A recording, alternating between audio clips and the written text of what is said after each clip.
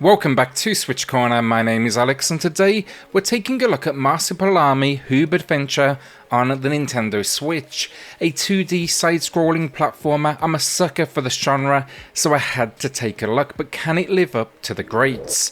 Well, hit subscribe if you love the Switch, as much as we all do here, join our growing family, and let's get started.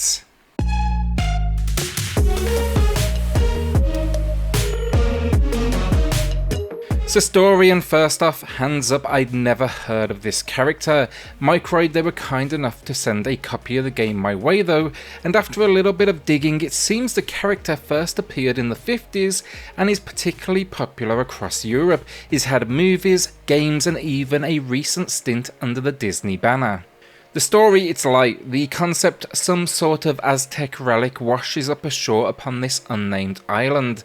A few moments later, a skeleton enemy appears, and the next thing you know, all of the animals on this island, they are possessed and under their commands. That's it, it's a setup before you face off against the levels with no story progression in between outside of, there is of course kind of this closing moment. It also features then 3 characters as well. Names are not given, but there's a female character and grey variation. From my research, this is a new enemy, though the rotating cast, it appears they could be canon. So gameplay, and what we have here is a relatively traditional 2D platformer that owes a whole lot to Donkey Kong in its design. It's also worth noting here, Microids pointed out it's made for a younger audience, but it packs 3 difficulty options, and I wouldn't describe it as the easiest of games, for sure not, Donkey Kong level in its challenge, but there's still some tough moments in here, and I wouldn't recommend it for the youngest of crowds thanks to some precision moments that close out the game. That said though, the easiest difficulty makes you invincible if you want to start there. Normal then gives you 3 hearts, which relates to taking basically 3 hits, and then hard, it is 2 hearts. It starts you with a ton of life though, and I don't believe I personally fell below 15. The whole idea though is simple enough. It's a 2D side-scrolling adventure where you can backtrack and you have a few attacks in your repertoire to destroy your foes. This includes the classics honestly, bounce on top of them, do a drill attack downwards or roll towards them, which also doubles as a tail whip if you are not moving. The enemies then, they come on relatively frequently. This is the local wildlife that has been possessed, and there's a decent little variety, including those that impact your movement, like beetles that propel you upwards, but then there's also a few towards the end game that dial up that difficulty. They are essentially indestructible. Outside of that then, it's a whole lot of platforming. You can jump, you can use the environment, so bounce, wall jump, you can get on moving platforms and so on. And then the big mechanic, and my favourite of them all, the tail whip that doubles as a grappling hook. There's 3 worlds in total then, and each ends with a boss fight of sorts that are for the most part a chase sequence, but the 3rd and final level in particular impressed. The levels though, think jungle, some sort of temple, and then the dreaded pitch black levels where you die from walking through holes in the ground that you cannot see. You need to kind of slow down your pace here, and I've always had a bit of a challenge with that. Alongside the traditional levels as well, expect to find the occasional challenge level, which come in the form of like a silhouette style, very Donkey Kong. There's bonus stages that you can unlock on the main map, and then also hidden mini challenges within each level. You see in this world there's actually a few collectibles as well. We get feathers that are scattered throughout each level, and tokens. These are used to unlock those bonuses. Controls then are tight enough, but I will say the attack patterns, you can't cancel a move, and on a few occasions I was drilling down and realised my mistake, but it seems once the animation begins, there is no backing down. In this one, you see you're more likely to lose lives from falling off the map than to an enemy directly. As I say, they are very simple. The game though, it works like the classics. Follow a dotted line across 3 world maps and go level to level, completing them as you go. The 3 characters make for a nice if minor visual shift, but all control identically, making them basically skins and nothing more. It's also going to be short for a run. It took me personally about 2 hours, but to be fair here, I want to point out again, it's made for a younger audience, so I've had like 35 years of practice, and I grew up on and still play honestly the greats to this day, giving me that kind of notable advantage. It also does a decent little job of adding replayability thanks to unlockables in the form of gallery images. Things like, think the development cycle of the game, the character's history.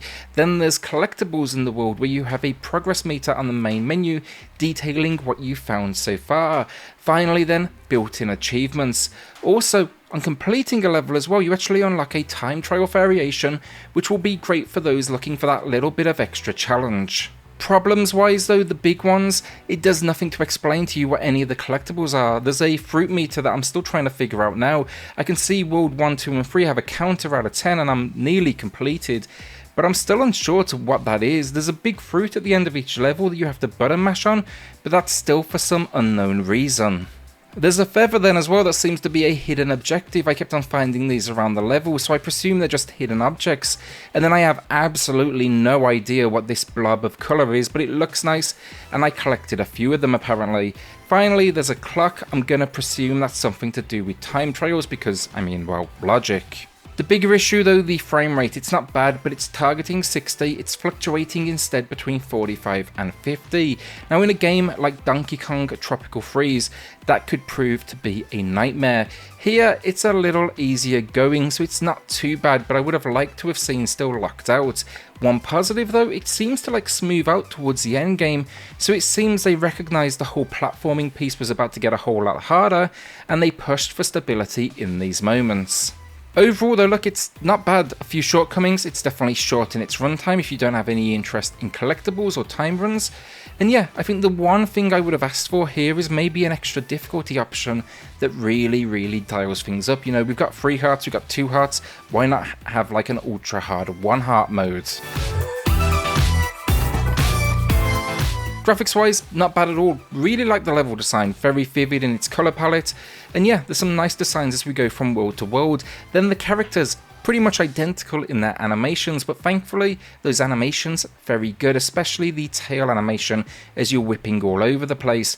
Finally, the bad guy, that flying school dude, liked him a lot. He had a dash of charm as he points at you every time you take a hit. The enemies then, they are basic but at least varied, and yeah, the overworld matches the tone of the game as well. No real issues honestly visually. The dark levels are annoying as hell, but that is true for any platformer, and it's one I don't want to see personally included, but I do get the entry. It's kind of become a classic of the genre.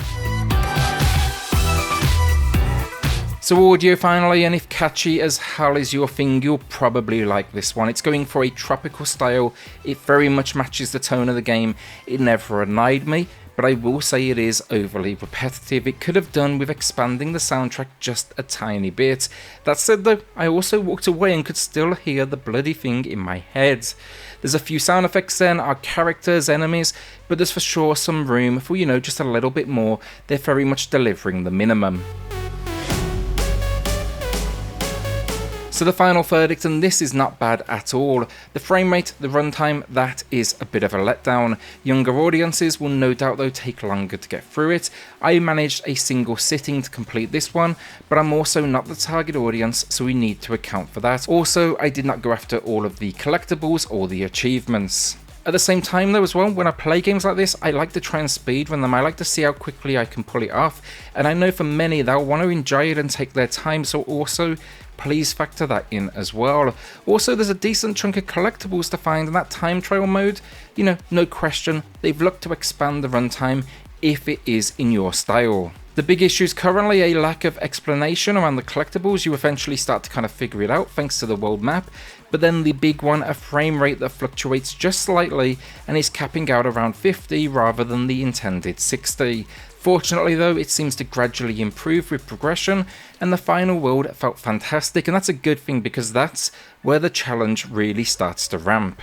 I'd probably honestly wait for a price drop myself, or maybe grab the physical that's coming in at the same cost, but a slightly above average 6 out of 10 from me.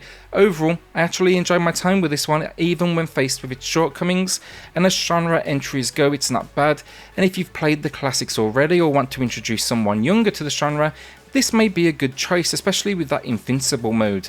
I just wish personally there was more levels to keep me going instead of the 3 short worlds that we do find.